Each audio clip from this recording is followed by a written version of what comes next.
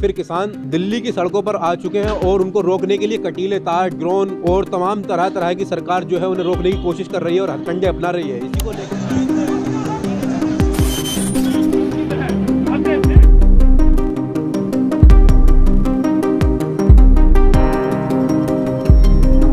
मार्च के लिए क्यों मजबूर? आज किसान एक बार फिर दिल्ली के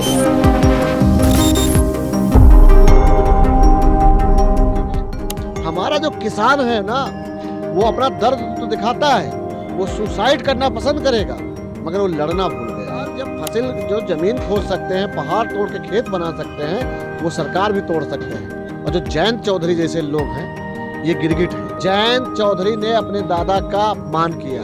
मैं उत्तर प्रदेश में 99% कह सकता हूँ कि इस समय सिर्फ बिकाऊ लोग हैं। कोई ये नहीं चाहता है कि किसान आगे बढ़े या नौजवान बढ़े, कि किसानों की दुगनी आय।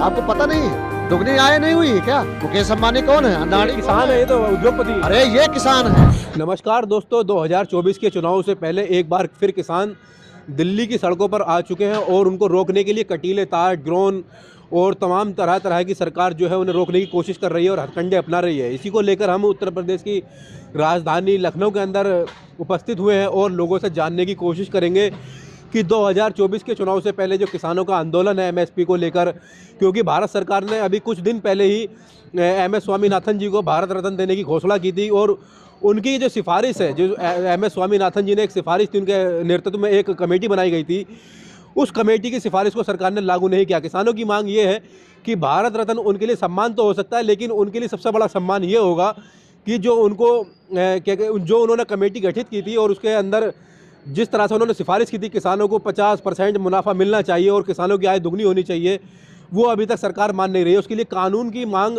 करते हैं किसान। तो इसी को लेकर हमारे साथ एक किसान भाई हैं।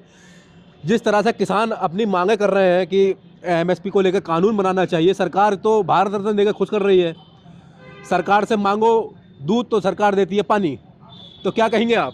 देखिए, आपने उल्टा बोल दिया। किसान मांग रहे पानी तो वो दूध दे रहे हैं। उनका ऐतिहासिक होता है हर चीज़। आप देखते होंगे उनके बजट जो आते हैं उसमें ऐतिहासिक होते हैं, उनके जो कार्यक्रम होते हैं वो भी ऐतिहासिक होते हैं।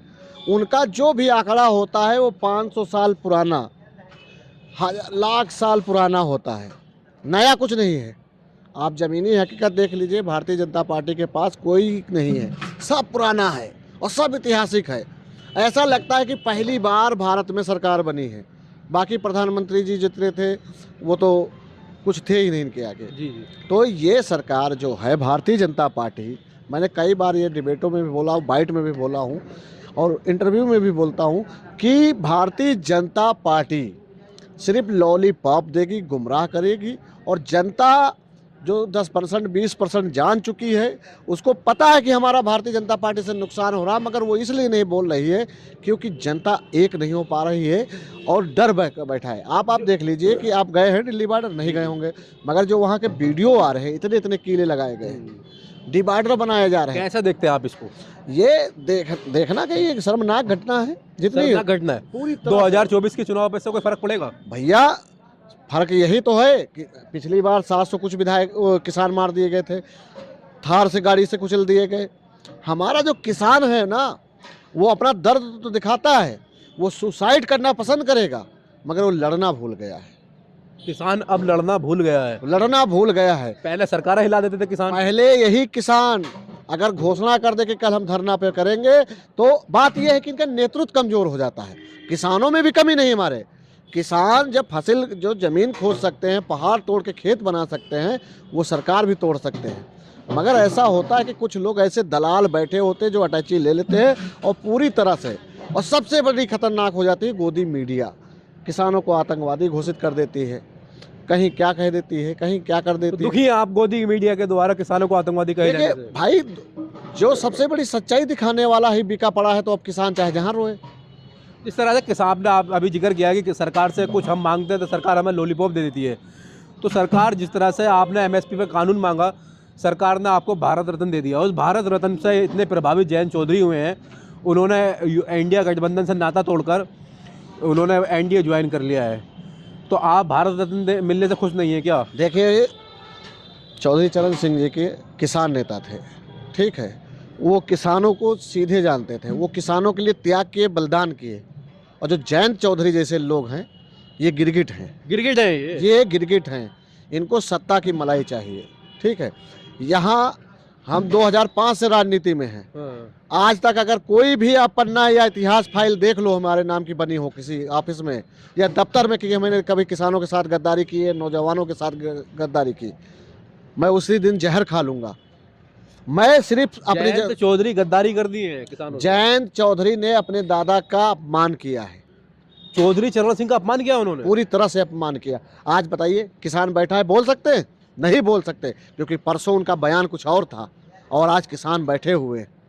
और यही जयंत चौधरी अगर चाहते तो कहते कि हमारी ये मांग है कि हमको किसानों का ये हक चाहिए, मगर जयंत चौधरी नहीं, मैं उत्तर प्रदेश में 99% कह सकता हूँ कि इस समय सिर्फ बिकाऊ लोग हैं। कोई ये नहीं चाहता है कि किसान आगे बढ़े या नौजवान बढ़े। वो हमारे जो किसान फांसी लगा लेते हैं उस पर मातम नहीं मनाते, खुशियाँ मनाते हैं कि चलो एक मुद्दा मिल गया है, इसी बहाने अपनी राजनीति चमकाएंगे हम।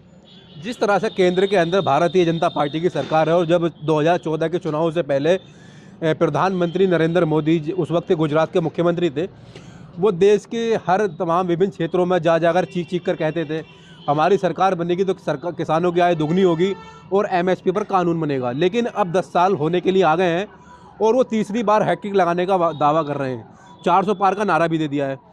तो क्या किसानों की मूलभूत समस्याएं जो है उनका समाधान हुआ है? देखिए, आप लोग समझ नहीं पाए। जो हमारे देश के प्रधानमंत्री घूम घूम के बता रहे हैं कि किसानों की दुगनी आय, आपको पता नहीं है दुगनी आय नहीं हुई है क्या? किसान जानते हो कौन गई दुगनी आय? आपको पता नहीं क्या? नहीं, हमें तो नहीं पता। हमने तो ऐसा कोई किसान नहीं देखा जिसकी आय दुगनी हुई हो। अरे भैया, किसान है उनके पास। मुकेश अंबानी कौन है? अडानी किसान है, ये तो उद्योगपति है। अरे ये किसान है, ये भाजपा किसान है। ये किसान है नरेंद्र मोदी के। तुमको यही नहीं पता है उनकी दुगनी आय हुई कि नहीं? आप देखो, उनकी तो 4 गुना हो गई है। 4 गुना, 4 गुना नहीं, 5 गुना, 8 गुना हो जाएगी। वो अपने वादे पे पक्के हैं। यही तो कह रहे हैं ना कि उनके जो मीडिया है, जो अंबानी अडानी के जो हैं मीडिया वाले, क्या कहते हैं? क्या कह रहे हैं? आपको, आप उसकी बातों को नहीं समझ पा रहे और न समझा पा रहे हो। तो कह रहे हैं वे फर्जी किसान है। अरे फर्जी भाई, फर्जी किसान है ही हम लोग। वोट दे दिया, सरकार बना दी, तो अब हम लोग तो फर्जी हो ही जाते हैं। हमारे जो साथी लोग हैं सब कोई फर्जी हो जाता है। असली किसान अडानी अंबानी है। असली किसान हैं वही 2 लोग हैं बस, बाकी सब लोग पानी हो। बाकी सब पानी है। पानी पानी पानी। आप लोग राशन लो, 2000 रुपये लो, ठीक है, शाम को दारू पियो, अपनी औरत को मारो, बच्चों को मारो, पढ़ाई करने ना भेजो, ठीक है, ये सब करते रहो। और उनके 2 किसान जो हैं वही राज करेंगे, वही राज करेंगे, वही सब कुछ खरीदेंगे। हाँ, वही खरीदेंगे, वही सब कुछ करेंगे। हो रहा है, आपके सामने है भैया। इसमें भी कल लग रहा है 2 महीने बाद चुनाव हैं देश के अंदर, देखो इससे कोई फर्क पड़ेगा? बात सुनिए, शिक्षा ही एक ऐसी ताकत है जो पाखंडवाद को, झूठ को खत्म कर सकती है। आज पूरा देश जानता है, पूरा देश बर्बाद है। लोगों के घर में नमक तक लाने के पैसे नहीं हैं। मजदूरी आते हैं करने के लिए, 100 लोगों की मजदूरी लगती है, 1000 लोग लौट के जाते हैं घर, ठीक है। मगर आप अगर किसी ठेला वाले से पूछोगे कि सरकार किसकी अच्छी, तो जानते हो क्या कहेगा? मोदी की। अब उसको आप रिपीट करोगे, अरे देखो सब्जी वाला कह रहा है मोदी की सरकार अच्छी है। जानते हो कब वो क्यों बोलता है? कभी समझे? क्योंकि वो डर रहता है कि इनकी सरकार है, अगर हम उनके खिलाफ बोल देंगे हमारा ठेला हट जाएगा। ठेला हटने के डर की वजह से हो रहा है। यही सब बोलते हैं, बेचारे डर के मारे बोल रहे हैं ये सब। तो आप भी तो डरने चाहिए थे, लेकिन आप नहीं डर रहे हैं। क्यों डरे? हम उनका खाते हैं क्या? तो ठेले वाला कौन सा उनका खाता है? भारतीय जनता पार्टी, भैया उनको ठेला नहीं लगाने दिया जाएगा। नगर निगम आ जाएगी, पुलिस आ जाएगी। आप देख नहीं रहे कौन है ये मार रहे हैं? आंसू गैस किसानों पे कौन छोड़ रहा? पुलिस छोड़ रही। तो भाई जिसके हाथ में शासन होता है उसी के हाथ में प्रशासन होता है। ये बताइए, जो जवान किसान का बेटा होता है, आज वही जवान अपने ही किसान भाइयों पर आंसू गैस के गोले बरसा रहा है, कीले गाड़ रहा है, सड़कें खोद रहा है, ड्रोन से निगरानी कर रहा है। कैसा लग रहा है आपको? मेरा तो आत्मा रो रही है अंदर से। आत्मा रो रही है? हो सकता है कि देश का हर एक दूसरा नागरिक जो भारतीय जनता पार्टी को खत्म करना चाहता है, हटाना चाहता है, वो सब रो रहे हैं। सब रो रहे हैं। देखिए, नौजवान और किसान, जय जवान हमारे देश में बोला जाता था, जय जवान जय किसान। ये दो रीढ़ की हड्डी थी और यही देश को बचाते आए हैं।